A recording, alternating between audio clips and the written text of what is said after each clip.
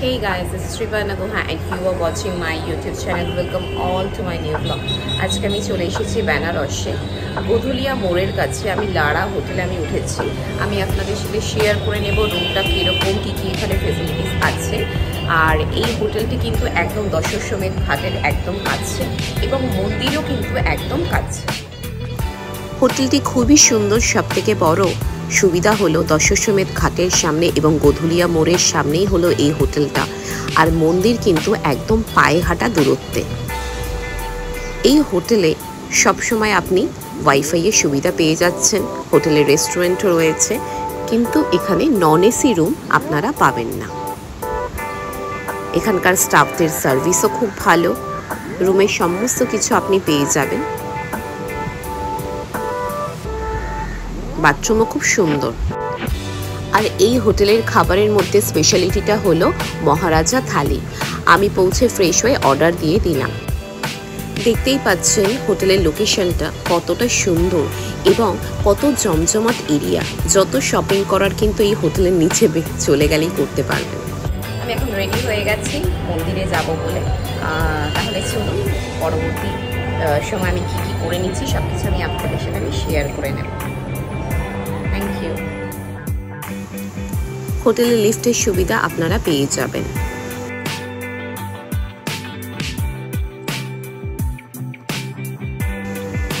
এটি হলো রিসেপশন এবং রেস্টুরেন্টটিও এই ফ্লোরেই। আপনারা রেস্টুরেন্টে বসে চাইলেও খেতে পারেন অথবা ঘরেও খেতে পারেন, সব রকম সুবিধা এখানে আছে।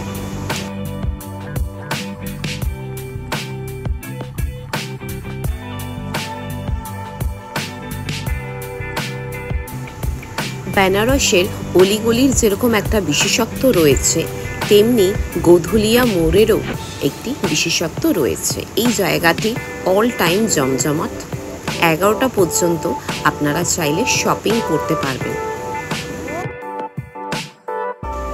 আজ গোটা দিনটাই আমার মন্দির ঘুরে সময় কেটে যাবে। গোধুলিয়া মোড়ের সামনে থেকে আমি একটা রিক্সা নিয়ে নিয়েছি। এখন আমি কালভৈরব মন্দিরে যাচ্ছি।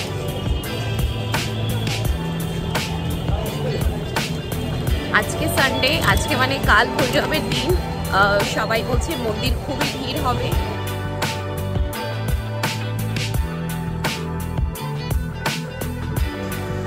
এটি বাবা বিশ্বনাথের জ্যোতির্লিঙ্গ টেম্পলের 4 নম্বর গেট। আজকে খুব ভিড় আছে, ভীষণ চিন্তা হচ্ছে যে কতক্ষণ লাগবে পুজো দেওয়ার জন্য। কালভৈরব মন্দিরের প্রায় কাছাকাছি আমি চলে এসেছি।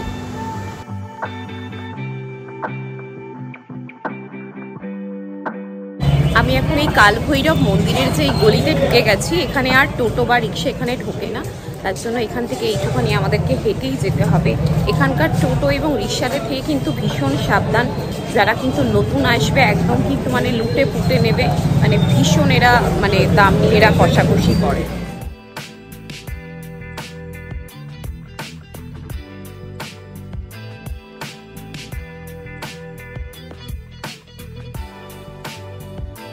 পুজোর ডালা এখন আমি নিয়ে নিয়েছি। এখন আমি এই কালভৈরব মন্দিরের কাছে যাচ্ছি।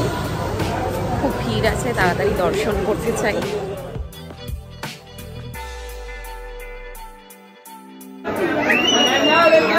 मैं अकेली थी, इसलिए ये दादा लोग हमको उन लोगों के आगे जाने दिया। बहुत मेहरबानी किया, क्योंकि आज संडे है। कालभैरव में मंदिर में बहुत भीड़ है। Thank you. শিবপুরাণে বর্ণিত শিবের একটি বিশেষ রূপ হলো ভৈরব। আর এই ভৈরবের অর্থ হলো ভয়ঙ্কর অথবা ভয়াবহ। আর এই ভৈরবের বাহন হলো কুকুর এবং সঙ্গী হলো ভৈরবী। কালভৈরব মন্দির হলো বারাণসীতে অবস্থিত প্রাচীনতম শিব মন্দিরগুলির মধ্যে অন্যতম। কাল শব্দের অর্থ মৃত্যু এবং সময় উভয়ই। কালভৈরব মানে যিনি মৃত্যু ও সময়ের উভয়ের ভয় দূর করেন। এমনকি মৃত্যু পর্যন্ত কালভৈরবকে ভয় পায় বলে বিশ্বাস করা হয়। সৃষ্টিকর্তা ব্রহ্মা আদিতে পঞ্চমুখ ছিলেন, শিবও পঞ্চানন। ব্রহ্মা শিবের থেকে অধিক গুরুত্ব দাবি করেন এবং অসম্ভব অহংকার প্রকাশ করতে থাকেন। ক্রুদ্ধ শিব ব্রহ্মার পঞ্চম মস্তকটি কেটে ফেলেন। এতে শিবের উপরে ব্রহ্মহত্যার পাপ অর্পণ হয়। ব্রহ্ম কপাল হাতে নিয়ে শিবকে একটি দীর্ঘ সময় ভ্রাম্যমান অবস্থায় কাটাতে হয়। আর এই ভ্রাম্যমান শিবরূপই হল ভৈরব।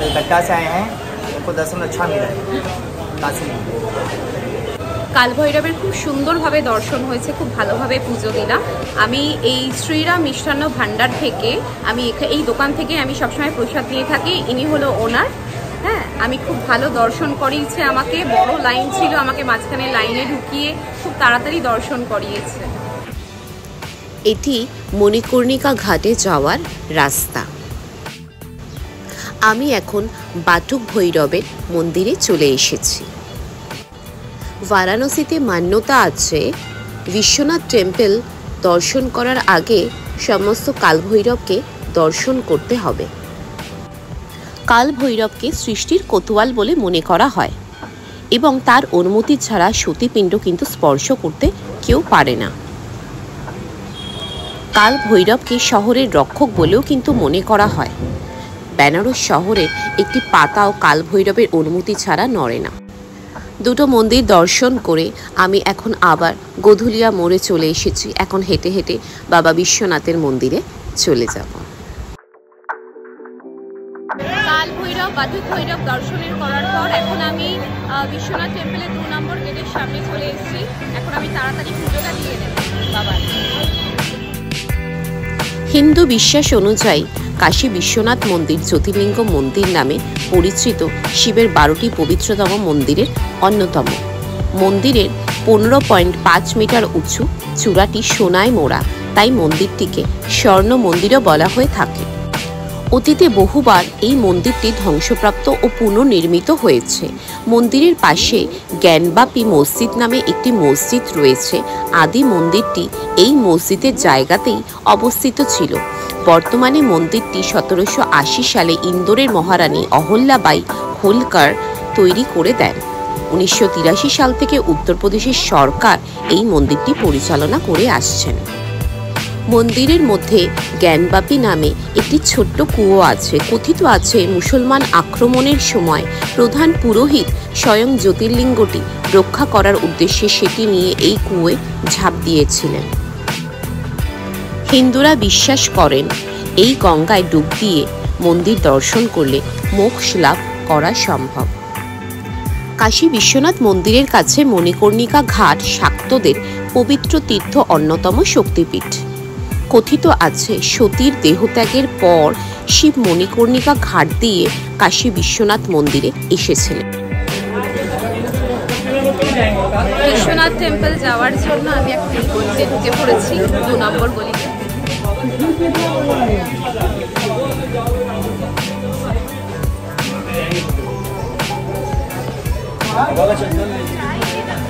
বেনারসের এই অলিগলিতে হারিয়ে যেতে মন চায়। বারবার আমার স্বপ্নে আসে এই বেনারসের গলি, আর আমি বারবার তার জন্য ছুটে আসি বেনারস। कितना है भाई प्रसाद का डाला? कितना है प्रसाद का डाला? छोटा बड़ा 51 का है, 101 का है। चढ़ाने के लिए বাবা বিশ্বনাথের মাথায় এই দুধ ঢালার জন্য আমি নিয়ে নিলাম। কোনো বিশাল লাইন ছিল, অনেক টাইম লেগে গেল দর্শনের জন্য। বিশ্বনাথে দর্শন করার পর অন্নপূর্ণা মাতার ভোজনালয়ে সেখানে খেয়ে আমি বেরিয়েছি। বাড়ি থেকে প্রায় 20টা ফোন চলে এসছে। আমার ফোন লকারে রাখা ছিল, সবাই খুব চিন্তা করছিল। এই মুহূর্তে আমি ফ্রি হলাম।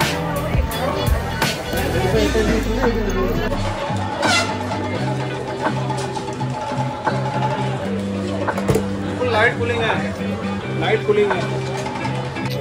বেনারসে আসবো, লস্যি খাবো না সেটা তো হতেই পারে না।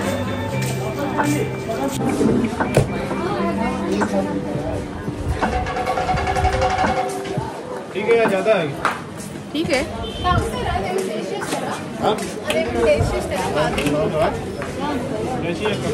ये क्या है? अच्छा, बहुत अच्छा था लस्सी। मतलब जान आ गया सुबह से इतना धूप में खड़े थे ना। ये तो है मेवा। हाँ लेकिन मेरा ठंड में थोड़ा प्रॉब्लम है, लेकिन थोड़ा ये थोड़ा सा मतलब এখন আমি ফ্রি, এখন শুধু আমি শপিং করব আর ঘুরবো। কি প্রাইস আছে ये सारी? 600। हाँ 600।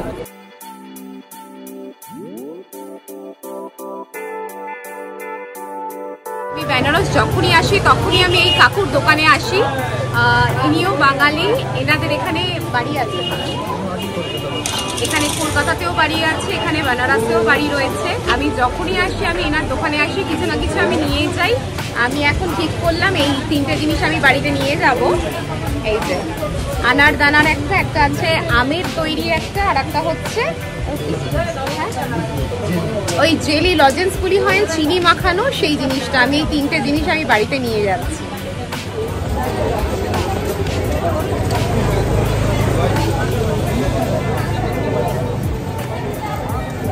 এইবার মানে আমার শান্তি হলো সব মন্দির দর্শন করার পর। আরও একটা বাকি রয়েছে, সেটা আমি চেষ্টা করব বিকালে হলে হবে, নয়তো আগামীকাল করতে হবে।